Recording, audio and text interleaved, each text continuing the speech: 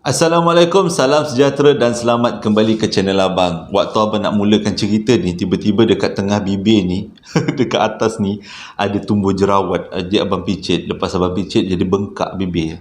Jadi kalau korang dengar suara Abang macam mumbling macam tu, minta maaf sangat-sangat. Jerawat lepas. Dah Allah nak bagi jerawat waktu Abang nak buat cerita, lepas tu pergi gatal-gatal tangan picit. Jadilah suara macam tu. Dia macam bunyi bibirnya macam tebal sikit lah, macam pakai lip gloss. Lip gloss tu rincu kan. Dia lip balm. Lebih kurang lah. Okey, sebelum abang mulakan cerita, abang nak ucapkan terima kasih sangat-sangat pada semua yang dah order dan dah beli t-shirt yang abang perkenalkan, dan juga beli biskut yang abang perkenalkan, dan dua tu adalah produk. Dia bunyi macam produk abang, tapi sebenarnya itu adalah cara dua cara yang abang gunakan untuk kumpulkan dana, sebab abang rasa macam tibalah masanya untuk abang berbakti kepada masyarakat yang memerlukan, dan itu adalah dua caranya. Okey, jadi terima kasih sangat-sangat, dan juga terima kasih tak terhingga, yang sangat-sangat tak terhingga kepada semua yang dah bagi cerita. Abang tak sempat sangat nak telefon seorang-seorang, nak email seorang-seorang, nak ucapkan terima kasih, dan juga kepada semua yang dah menonton. Itu adalah minta maaf sangat-sangat sebab abang jarang-jarang sebut. Kadang-kadang terlupa, kadang-kadang nak sebut sangat laju-laju. Jadi abang dapat satu komen. Dia kata, "Bang, setiap kali sebelum mula cerita, jangan ceritakan apa yang abang nak ceritakan untuk hari itu, jadi tak surprise." Jadi abang pun cuba untuk tak nak ceritakan apa sinopsis cerita yang bakal abang sampaikan hari ni. Cuba hari ni abang nak cakap, abang sampaikan dua cerita sambungan daripada kisah Cik Yam. Dulu abang pernah cerita pasal Cik Yam. Cik Yam ni dulu dia kerja security, polis security dekat satu hospital dekat negeri Selangor, dan abang tak boleh bagi tahu apa nama hospital tu. Itu adalah video lama, dan ini adalah sambungan dia. Ada lagi dua kisah daripada Cik Yam. Jadi terima kasih sangat kepada Cik Yam sebab dah sumbangkan cerita untuk pengalaman dia untuk abang kongsikan kepada semua. Dan Cik Yam juga baru kehilangan adik tersayang. Marilah sama-sama kita bertafakur, sedekahkan Al-Fatihah untuk arwah adik kepada Cik Yam. Moga-moga almarhumah ditempatkan di kalangan ahli-ahli syurga, insya-Allah. Amin. Selepas kejadian ada seorang mufti meninggal dekat hospital tu, dan satu malam tu Cik Yam kena ganggu dengan perkara-perkara yang pelik. Selepas itu Cik Yam minta untuk ditugaskan di level lain dekat hospital tu. Nak jadi cerita, dalam banyak-banyak level dekat hospital tu, ada satu level yang memang semua orang, semua ahli security takut nak bertugas, iaitu ward ke-9, ward tingkat ke-9. Dan ward tingkat ke-9 ni adalah ward VVIP. Bagus, VVIP kita letakkan kat situ. Sebabnya VVIP selalunya bilik sorang-sorang. Jadi diletakkan ward yang paling tinggi sekali supaya tak ada siapa nak kacau. Tapi kalau disebabkan VVIP sangat-sangat jarang datang, jadi ward tu selalunya memang kosong, banyak kali kosong. Jadi Cik Yam ni ceritanya dia jadi security sebab suami dia meninggal. Jadi itu adalah cara dia untuk mengubat kesedihan dengan bergaul dengan ramai orang, termasuk pesakit, doktor, nurse, termasuk dengan security sendiri. Dan banyak pengalaman dia, termasuk dekat ward yang ke-9 ni. Jadi dekat ward yang ke-9 ni, macam abang cakap, tak ada orang nak jaga, dan selalunya pihak pengurusan akan offer siapa-siapa yang nak jaga dekat ward 9. Dan Cik Yam ni, dia kata dia bukanlah orang yang terlalu berani, tapi setakat ini dia kata dia belum pernah lagi berjumpa dengan yang bertaring, yang berambut panjang, yang apa, yang itu, macam tu. Tapi disebabkan itu, dia offer diri untuk jaga ward 9, ward level ke-9, dan dia tambah lagi offer diri untuk jaga waktu malam. Dan memang itu adalah tugas dia. Dia kata selalunya sebelum pergi kerja dia akan bawa surah Yasin, dan kalau dia rasa dalam keadaan yang tak selesa dia akan baca Yasin. Tapi sepanjang dia dekat Wad 9 yang tak pernah ada, selalu ada orang, macam-macam yang dia pernah jumpa. Ada berbola, api melintas, ada kepala melintas, macam kepala tapi dia tak tahulah kepala ke bukan.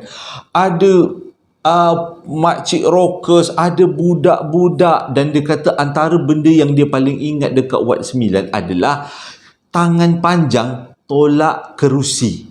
Nampak tangan tu panjang nolak kerusi, tapi tak nampak badannya, cuma nampak tangannya. Itu antara peristiwa-peristiwa yang dialami oleh Cik Yam sepanjang dijaga Wad 9. Tapi dalam banyak-banyak peristiwa, ada satu malam tu dia mengalami peristiwa yang memang dia kenang, kejadian dekat Wad 9. Okey.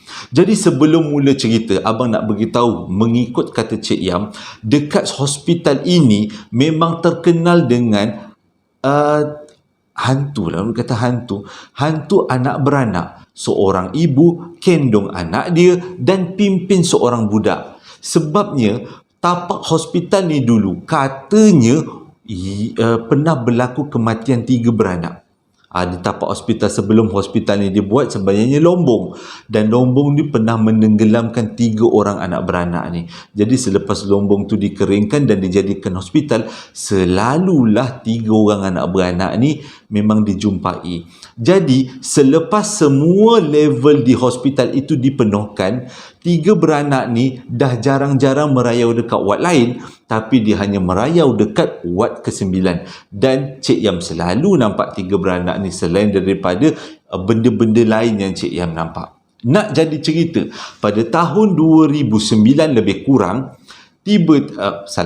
nak jadi cerita disebabkan terlalu banyak gangguan yang berlaku dekat Wad 9. Jadi pihak pengurusan tetapkan waktu malam tak akan ada lagi security yang jaga dekat Wad 9. Sebab tak akan ada siapa yang nak naik dekat Wad 9, sebab Wad 9 memang satu hospital tahu berantu.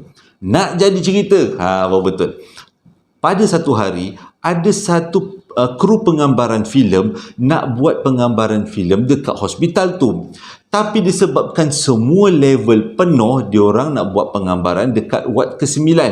Jadi disebabkan penggambaran tu dibuat pada wad 9, pihak pengurusan meminta siapa-siapa yang boleh jadi security untuk jaga wad 9 sepanjang penggambaran filem tu. Jadi ramailah orang diminta untuk menjaga, tapi semuanya tolak dengan cara baik. Tapi Cik Yam, sebabkan dia pernah ada pengalaman jaga dekat wad 9, dia pun cakaplah dia nak jaga dekat wad yang ke-9, wad level yang ke-9, tingkat ke-9. Jadi bila Cik Yam cakap macam tu, banyaklah security muda kata Alhamdulillah akhirnya Cik Yamnya jaga, selamat kita orang. Tapi berbeza pula dengan security tu yang dah berusia, yang sama-sama level, sama-sama tahun dengan Cik Yam. Dia marah dengan Cik Yam. Kenapalah Yam kau pergi nak jaga? Kau nak mati ke apa? Kau dah tahu kat situ ada banyak benda-benda yang tak senonoh dalam tu.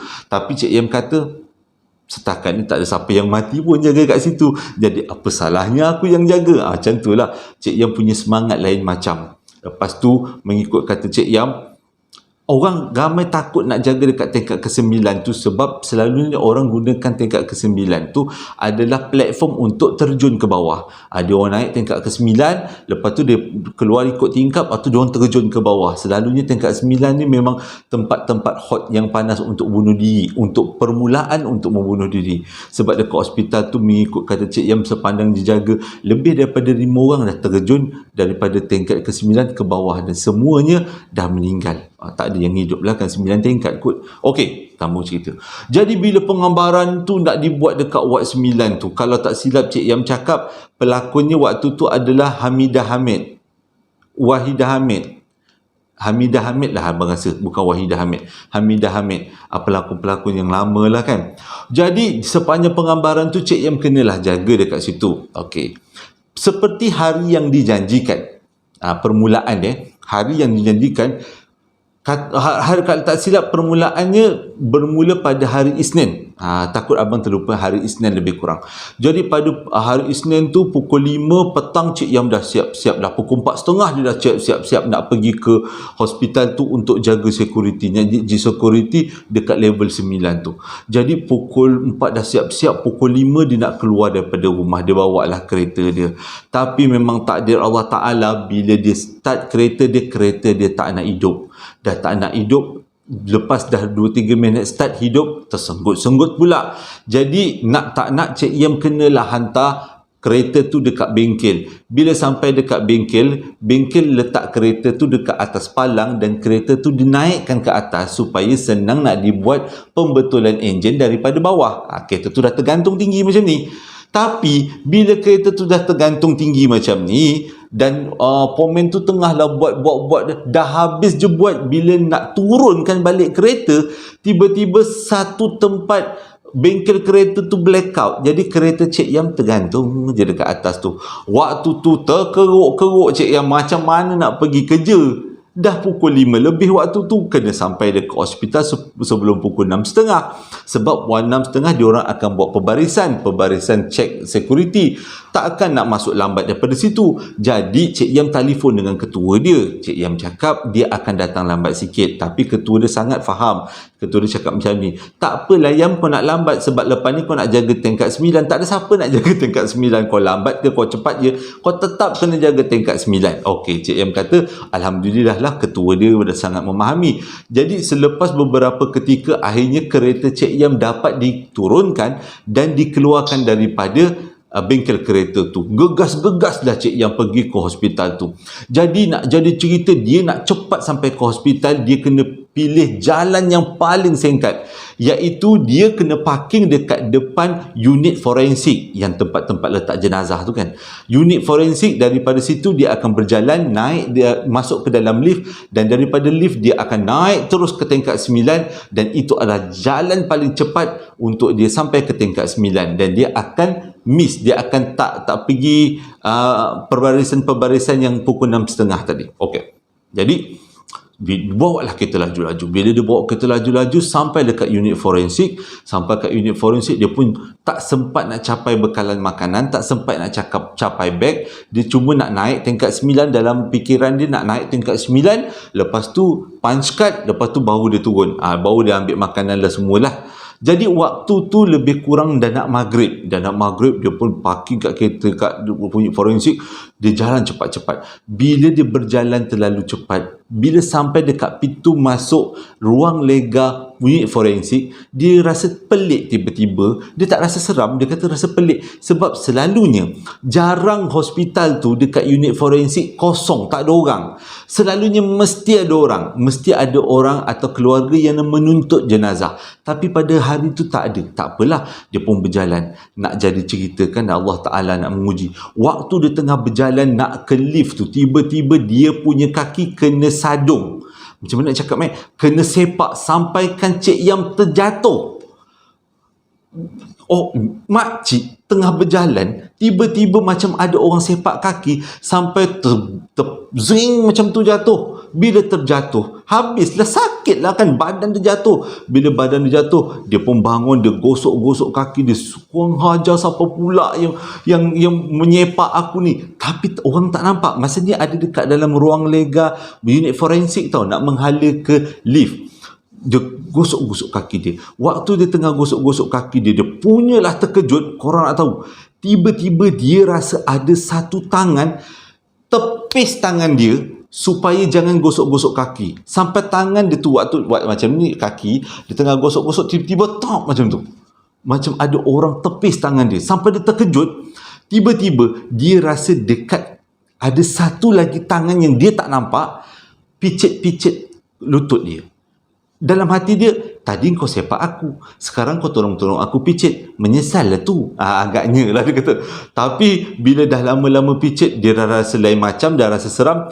Dia terus cakap, jangan kau usik kaki aku lagi, aku boleh bergerak sendiri. Okey, lepas tu barulah yang urut-urut tu hilang. Dah tak ada orang urut. Tak nampak, tapi dia rasa benda tu memicit-micit kaki dia. Dia pun cepat-cepat bangun dalam keadaan yang kaki tak berapa nak stable, dia pun terus masuk dekat dalam lift, dia tekan tingkat 9, lift pun meluncur naik ke tingkat 9. Sampai kat tingkat 9, dia pun pergilah dekat punch card, bukan punch card lah, dia macam lebih kepada tulisan buku kehadiran kan.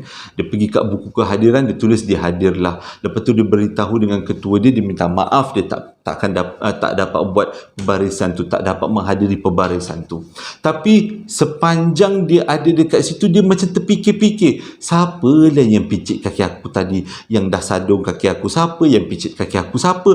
Dia terfikir-fikir, okey tak apalah. Waktu dia tengah terfikir-fikir tu, sambil-sambil tu dia jengah-jengah ke arah dalam wad. Sebab dekat dalam wad tu kecoh kru-kru tu buat penggambaran filem. Penggambaran filem waktu tu katanya jalan ceritanya adalah seorang makcik tengah sakit dekat dalam atas katil hospital. Lepas tu doktor akan datang, akan beri penerangan makcik ni macam mana berlakon macam tu. Jadi dia pun jengah-jengah lah, Cik Yam ni pun jengah-jengah lah orang berlakon, sambil-sambil memikirkan tadi tu, memikirkan siapa pula yang sepak kaki dia. Tengah-tengah dia menjengah-jengah tu, dia terpandang ada seorang lelaki pakai macam hang tuah, bertanjak, bersamping, ada baju macam laksmana macam tu, ada keris. Dikata mungkinlah lelaki ni salah seorang daripada pelakon kot. Okey, tak apalah. Dia pun tengok. Lepas tu dia duduk tempat dia. Tiba-tiba dia tergerak dekat hati dia. Ini cerita moden, filem moden. Yang lelaki tu pakai tanjak, pakai samping, berkeris semua tu, dia bawa watak apa? Pelik. Dia pun bangun. Cik yang bangun, dia tengok balik dekat kawasan penggambaran. Lelaki tu masih ada lagi. Dia duduk di kalangan kru, tapi dia agak jauh sikit. Dia bukan berdekatan dengan kru, tapi dia agak jauh sikit. Nampak macam manusia. Okey, tak apalah. Tiba-tiba salah seorang kru datang kepada Cik Yam, cakap macam ni, "Makcik, kita orang tadi pihak catering hantar banyak makanan. Jadi makcik ambil lah bagi pada kawan-kawan. Sebab tak terhabis cik kita orang nak makan." Waktu tu lebih kurang pukul 12.30 malam tau. Okey, Cik Yang pun kata, tak apalah, kejap lagi makcik datang. Jadi selepas 2-3 minit dia kemas-kemas barang, Cik Yang pun bangun pergi ke arah kru. Lepas tu dia akan pergi masuk dekat dalam pantry. Sebab pantry itulah diorang tempat letak makanan-makanan yang berlebihan tu. Jadi lepas bangun, Cik Yang pun berjalan ke arah kru. Dia nampak orang yang pakai baju macam hang jebat tadi tu memang ada. Dia pun diam. Jadi dia tengok, jadi dia senyum pada orang tu senyum pada dia balik. Lepas tu dia menampak orang tu masuk dekat dalam pantry. Orang tu buka pintu pantry, dia masuk, dah tu dia tutup balik. Jadi Cik Yam ni pun, inilah peluang aku nak tanya, anak ni sebenarnya watak apa dalam drama ni? Mungkin anak ni watak hang tuah yang datang daripada masa depan ke apa kan? Jadi cepat-cepatlah Cik Yang bergerak ke arah pantry tu. Dia pun masuk dalam pantry. Dia masuk dalam pantry, dia tutup pintu, dia tengok memang ada banyak makanan. Tapi yang peliknya, lelaki yang pakai baju laksmana hang likiu tu dah tak ada. Yang macam laksmana pakai laksmana hang tuah tu, hang likiu macam laksmana hang tuah pakai baju zaman purba tu dah tak ada. Jadi rupanya bukan manusia. Yang sepanjang tadi Cik Yam nampak, memang betul lah dia bukan sebahagian daripada kru. Tak ada pewatak dekat dalam dialog tu. Dia memang makhluk alam sebelah. Jadi Cik Yam ni sebab dia kata dah, memang semua orang dah sedia maklum, level 9 tu memang level yang menakutkan. Jadi dia pun okey je lah. Jadi dia pun keluar, dia ambil makanan, dia keluar sampai dekat luar, dekat tempat meja security dia pun, dia duduk. Bila dia duduk, dia baru teringat beg dia lupa bawa. Lepas tu dia ada sendiri ada bawa bekalan makanan. Jadi dia nak makan sekali lah dengan makanan yang dia ambil daripada pantry tadi. Jadi dia pun tulislah memo dekat atas meja. Dia beritahu, saya nak pergi ambil makanan sekejap. Dia pun gunakan lift yang dia naik tadi, turun ke bilik forensik, berjalan keluar daripada bilik forensik nak menuju ke kereta dia. Dia ada dua sebab dia pergi kat kereta dia. Satu, dia nak ambil bekalan makanan dengan dia nak ambil beg. Yang kedua, dia nak alihkan kereta dia. Cik Yam nak alihkan kereta dia ke pintu hadapan supaya senang nanti pagi-pagi besok lepas subuh dia balik. Tak payahlah dia lalu dekat unit forensik yang seram meram ni kan. Okey. Jadi dia pun keluarlah daripada unit forensik, berjalan. Tiba-tiba dia nampak ada satu pokok bunga tanjung. Kalau tak silap abang, bunga tanjung ke bunga melati lebih kurang. Dia nampak pokok tu rimbun dengan bunga tanjung. Jadi dia pun rasa macam cantik pula bunga tanjung ni. Dia pun nak pergi petik. Waktu dia nak berjalan nak petik, tiba-tiba ada satu security India namanya Ganesh. Ganesh cakap, "Kak, jangan petik bunga tu, bahaya." Dia kata tu. Lepas tu makcik yang pun tengoklah belakang. "Apa hal?" dia kata. Jangan petik, jangan petik." Dia kata, "Pokok ni misteri. Semua orang dekat dalam unit forensik ni, yang security kat sini, semua tahu pokok ni misteri. Akak jangan petik tau." Dia kata. Alah, dia kata, "Kau ni percaya sangat benda-benda karut-marut ni. Tak ada apalah." Tu dia kata, "Akak jangan, kalau akak petik jadi apa-apa saya tak tanggung," kata Ganesh tu. Tu Ganesh tu masuklah ke dalam tempat security dia lah. Lepas tu Cik Yam ni pun petik bunga tu satu. Dan dia letak bunga tu betul-betul kat hidung dia. Tapi dia kata sesuatu benda yang luar biasa, pelik berlaku. Bila dia dah cium bunga tanjung tu, tiba-tiba kawasan sekitar dia rasa macam dia tak pernah pergi. Memang betul, itu adalah kawasan parking kereta di depan unit forensik. Tapi kedudukan pokok, kedudukan tong sampah, kedudukan jalan, semua macam bersempang siur. Tak seperti yang dia datang awal-awal tadi. Dia rasa macam, aku kat mana ni? Dia rasa pelik. Jadi cepat-cepat dia fikir, mana aku letak kereta? Cepat-cepat aku nak kena alihkan kereta. Waktu tu juga dia tak tahu mana dia letak kereta. Satu kereta pun tak ada dekat kawasan parking tu. Dia pelik gila. Ni nak kena kenapa ni? Tiba-tiba dia baru teringat dia pegang bunga tanjung. Cepat-cepat dia baling bunga tanjung tu. Dan memang Allah nak takdirkan kan, dia mungkin dia termasuk dekat alam sebelah. Bila dia baling bunga tanjung tu, tiba-tiba keadaan kembali pulih. Rupanya dia betul-betul dekat dengan kereta dia. Ada lebih kurang 5 langkah ke arah kereta. Baru dia terfikir apa yang Ganesh cakap. Betul, Ganesh cakap. Kata Cik Yam, bunga tu kalau waktu siang petik tak ada apa-apa. Tapi jangan waktu malam. Waktu malam kalau petik, kalau silap hari bulan, memang orang akan berada dekat tempat lain. Kata, hospital mana abang tak boleh nak beritahu. Tapi nanti korang boleh agak-agak lah, ataupun tengok video yang lepas, ramai yang komen beritahu nama hospital. Jadi video ni pun macam tu juga, abang tak boleh nak beritahu. Jadi cepat-cepat Cik Yam buka pintu kereta, bawa kereta dia pergi dekat parking depan. Sampai dekat parking depan, dia lega. Alhamdulillah tak jadi apa-apa. Dia pun turunlah daripada kereta nak pergi masuk ke hospital guna pintu depan. Dalam perjalanan tu, dia nampak seorang lagi security yang dikenali sebagai Rahim. Nama sebenar.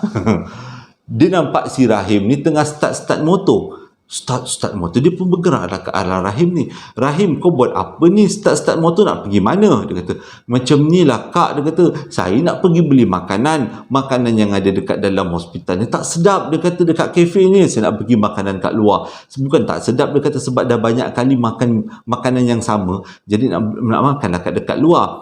Tapi motor saya ni tak boleh start. Dah daripada tadi repair tapi tak nyala-nyala. Tergelak-gelak Cik Yam. Sebab dia kata yang Rahim ni mulutnya lancang, mulutnya laju, cakapnya laju, tutut macam tu. Jadi okeylah, tak apalah Rahim, kau biar kerjalah, nak akak hantar tak guna kereta, cakap macam tu. Okeylah, Rahim pun tongkatkanlah motor dia. Bila Rahim tongkat motor dia, ni benda pelik ni, dia tongkat motor dia dan diorang pun bergerak ke arah kereta Cik Yam.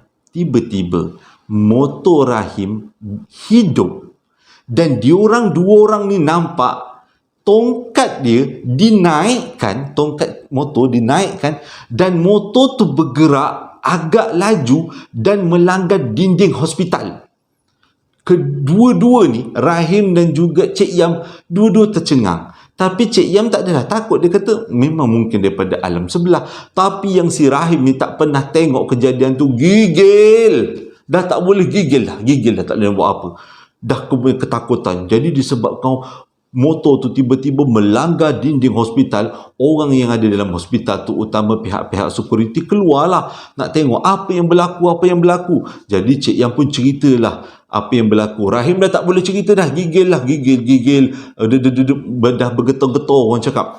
Jadi Cik Yam lepas cerita, orang pun tahulah, mungkinlah waktu tu kejadian lebih kurang pukul 1 ke 2 pagi. Jadi Cik Yam pun tak jadi nak bawa Rahim pergi beli makanan. Dia pun naiklah gunakan lift untuk naik tingkat 9. Bila dia naik tingkat 9 dalam lift tu, dia kata ada satu benda yang dia kena dengki, menyakitkan hati. Sebabnya lift tu berhenti dekat setiap level. Mula-mula dia daripada ground floor naik tingkat 1 berhenti, lepas tu naik tingkat 2 berhenti, naik tingkat 3 berhenti, naik tingkat 4 berhenti, sampai ke tingkat 9. Dia punya bersabarlah, dia cakap, aduh, lega lah, sakit hati, dia kata. Jadi bila sampai dekat tingkat 9 tu, okeylah, dia pun tengok penggambaran tu pun dah nak habis, tapi dia tahulah rupanya tadi dia kena dengki kan. Jadi bila dah sampai ke atas, dia dah makan. Lepas dah makan, dia solat. Lepas waktu dia solat, dia masuk dekat dalam surau, tiba-tiba dekat tengkuk dia ada orang hembus kuat gila. Jadi dia kata, dia tak adalah nak kata takut sangat, sebab dia tahu berkongsi alam, terutama di kawasan hospital kan. Jadi dia cakap macam ni, jangan kacau aku nak kerja kat sini. Jadi selepas dia solat, dia pun keluar, dia duduk jaga sambil-sambil baca Yasin, sambil-sambil baca novel, tengok handset semua. Dan akhirnya pukul 6, bila waktu kerja dia habis, dia pun keluar daripada hospital tu, dia balik rumah. Sampai kat rumah, waktu dia nak bersiap-siap, mak nak mandi, baru dia perasan dekat perut Cik Yam ada satu lebam yang macam ada tanda gigitan. Ada macam taring dekat perut. Cik Yam pun macam, dia kata dia tak terkejut, tapi dia kata, akhirnya kau gigit juga aku kan. Macam itulah. Jadi itu adalah peristiwa satu malam Cik Yam. 20 minit abang ceritakan pengalaman Cik Yam di hospital Ward 9. Selepas daripada peristiwa kes yang pertama tu, akhirnya disebabkan Cik Yam punya keberanian untuk jaga dekat level 9, kecoh lah di kalangan security semua. Akhirnya Cik Yam dinaikkan pangkat dan dia menjadi ketua security dekat satu lagi kawasan. Kali ni bukan hospital, tapi di kuartus pekerja hospital, iaitu kuartus integrasi yang terletak 3 km belakang hospital. Tapi Cik Yam cakap dekat sinilah dia berjumpa dengan banyak entiti lebih teruk daripada kerja dalam hospital. Sebab dia kata mungkin dekat dalam hospital tu dia jadi security dalam bangunan. Tapi dekat quarters integrity ni, quarters integrity lebih kurang lah kan. Dekat quarters ni dia kena jaga dekat luar. Maksudnya kena berembun lah kan. Bukan dekat dalam bangunan. Okey, dia kata hari pertama dia masuk, dia kerja memang kerja malam, Cik Yam memang kerja malam. Hari pertama tu dia rasa takut sebabnya mengikut cerita Cik Yam, tak ramai security yang berani nak jaga dekat kawasan quarters ni. Dan kalau siapa yang kena jaga dekat situ, dia orang lagi sanggup berhenti daripada kena jaga dekat quarters tu. Sebab banyak kali makcik rockers melintas, banyak kali gula-gula duk datang jengah-jengah. Memang banyak sangat dekat quarters tu. Jadi kata kebanyakan pekerja takut. Tapi Alhamdulillah, sepanjang Cik Yam jaga dekat quarters tu, Cik Yam tak pernah tengok benda-benda tu. Cuma Cik Yam berjumpa dengan sahabat dia, iaitu ular sawa. Cerita dia macam ni. Hari pertama Cik Yam kerja, dia takut. Dia pun minta kawan dia temankan. Jadi dia pun cakap dengan seorang kawan dia, boleh tak temankan dia jaga malam tu. Jadi adalah seorang security tu yang memang sama-sama seumur dengan dia. Kalau tak silap namanya Hidayah, lebih kurang macam tu. Jadi bolehlah dia teman Cik Yam. Cik Yam cakap, okey, boleh kalau teman. Alhamdulillah dia ada kawan malam tu. Jadi tugas Cik Yam adalah jaga sepanjang malam. Tapi pukul 2 pagi Cik Yam kena hantar report dekat pejabat security yang terletak 3 km dekat depan, yang dekat-dekat dengan hospital. Jadi itulah tugas Cik Yam. Malam tu lepas dia dah berjaga, dah check semua, ada banyaklah checkpoint yang dia kena check. Lepas dah habis semua check, dia dah tulis dalam report dia dalam buku, dia pun nak hantarlah buku laporan tu ke depan. Jadi dia bawa lah kereta dia. Hidayah pun ikut sekali. Okey, ni peristiwa pertama tau, malam pertama. Jadi bila Hidayah ikut dengan Cik Yam tu, dia orang pun bawa lah kereta nak menuju ke depan. Bila dalam perjalanan tu, nampak daripada jauh ada plastik hitam dekat merentang jalan. Tapi Hidayah cakap, "Kak, langgar kak plastik hitam tu." Macam best dia langgar. Tu Cik Yam pun tekanlah minyak. Bila Cik Yam tekan minyak, dah dekat, baru Cik Yam nampak yang itu bukan plastik hitam, tapi yang itu adalah ular sawa. Batiknya ada batik tapi hitam. Batiknya antara jelas dengan tak jelas. Jadi sempatlah Cik Yam mengelak daripada melanggar ular tu. Bila Cik Yam elak, Cik Yam pun berhentikan kereta, tengoklah dekat cermin belakang. Dia turunlah, dia tengok, dia turun. Dia tengok tak ada pun ular tu. Takkanlah ular tu boleh tiba-tiba kelepuk hilang macam tu je. Ular tu dia kata bukan dalam keadaan memanjang tapi melengkor-lengkor. Maksudnya membentuk lipatan demi lipatan. Maksudnya dia melengkor-lengkor gitulah kan. Jadi bila dia melengkor, lambatlah kalau dia nak keluar daripada lingkaran tu, nak masuk ke dalam semak. Susahlah kan. Takkanlah tiba-tiba ular tu melompat ke apa ke. Jadi disebabkan tu Cik Im kata, jangan-jangan ini adalah ular gaib kot, ular yang misteri kan. Jadi okeylah, sejak daripada tu, walaupun Hidayah dah tak teman Cik Yam, setiap kali Cik Yam nak hantar report ke depan, memang dia akan nampak ada ular merentang jalan. Tapi bukanlah sepenuh jalan, separuh daripada jalan memang ada nampak ular tu. Sampaikan Cik Yam boleh ingat dia punya lengkuk-lengkuk batik itu. Dia kata punyalah besar ular tu sebesar peha manusia.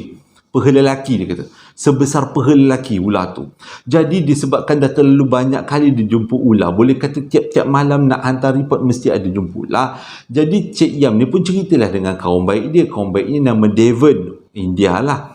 Jadi dia cerita kat Devon yang dia selalu jumpa ular. Tanpa Cik Yam tahu, dalam senyap-senyap Devon pergi kuil tanya kenapa Cik Yam selalu jumpa ular.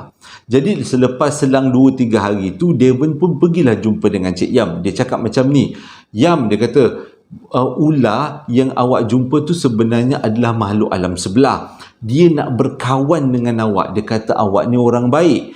Dia kata, tergelak-gelak lah Cik Yam. Okey, mungkinlah dia nak berkawan, dia kata. Lepas tu Devon sambung lagi, "Tapi kalau awak nak kepastian, cuba tanya dengan ular tu, awak ni sebenarnya nak apa Cik Ular?" Jadi betul juga kata Cik Yam. Okeylah, kalau malam tu dia jumpa lagi sekali, dia nak berhenti, dia nak tanya kenapa, nak ada apa, mana tahu ular tu boleh bercakap kan. Jadi memang nak jadi cerita kan, Allah Ta'ala nak tunjuk malam tu Cik Yam jumpa dengan ular tu dekat tepi jalan. Tapi dia kata mula-mula nak tanya tak. Dia pun melintas sebelah ular tu. Dia kata dia buat keputusan dia tak nak tanya. Sebab apa? Takut ini adalah ular sebenar. Kalau ditanya nanti dia belit lah Cik Yam jadikan makan malam. Cik Yam pun melintas, melepasi ular tu. Tapi belum sempat jauh, Cik Yam tekan brake. Alang-alang baik tanya, mana tahu ular tu boleh bercakap. Menarik juga kan dia kata. Jadi Cik Yam pun reverse lah kereta. Tak boleh reverse, kereta tak bergerak. Dia reverse tapi kereta tak bergerak. Tapi bila Cik Yam tengok daripada cermin, ular tu dah tak ada. Jadi Cik Yam pun teruskan perjalanan, hantar report. Balik daripada hantar report tu, dia tak jumpa ular tu. Cuma dia ada dalam pemikiran dia, lepas ni dia tak nak hantar report pukul 2 pagi. Dia akan hantar report besok pagi. Maksudnya sebelum balik, lepas main subuh, barulah dia pergi hantar report. Jadi Cik Yam, sejak daripada tu Cik Yam tak pernah lalu jalan tu waktu malam. Dan Cik Yam tak jumpa lagi dengan ular tu. Okey, nak jadi cerita, satu hari Cik Yam tengah nak tertidur masa tu, tengah berjaga, tapi ialah jaga malam kan, security, nak terlelap. Tengah dia nak terlelap, dia nampak ada sekumpulan ular tedung dekat depan dia. Waktu tu dia macam sedar dengan tak sedar. Cepat-cepat Cik Yam buka mata. Tapi Cik Yam tergerak dalam hati. Ish, ular tedung. Selalunya orang kata ular tedung ni adalah jelmaan benda jahat kan. Benda yang yelah, ular tedung kan berjemaah daripada jin-jin jahat lah dia kata. Dia pun tak pastilah, dia dengar orang-orang cerita. Minta maaf makhluk alam sebelah terfitnah ke, sorry, ini cerita yang disampaikan. Bukan minta izin, mungkin macam beritahu je lah, takut sebab tiba-tiba abang rasa meremang. Tak tahu kenapa tiba-tiba abang rasa meremang, tiba-tiba abang cakap, mintalah, abang bukan buat fitnah, tapi ini cerita yang disampaikan pada abang. Okay, sorry.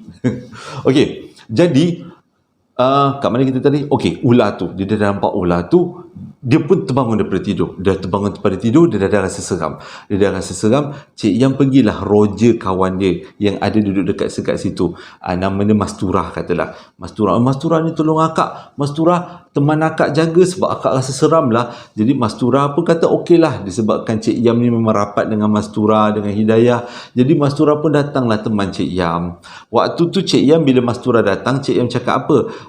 Mas, boleh tak Cik Yam nak tidur sekejap, kau jaga sekejap aja, setengah jam aja.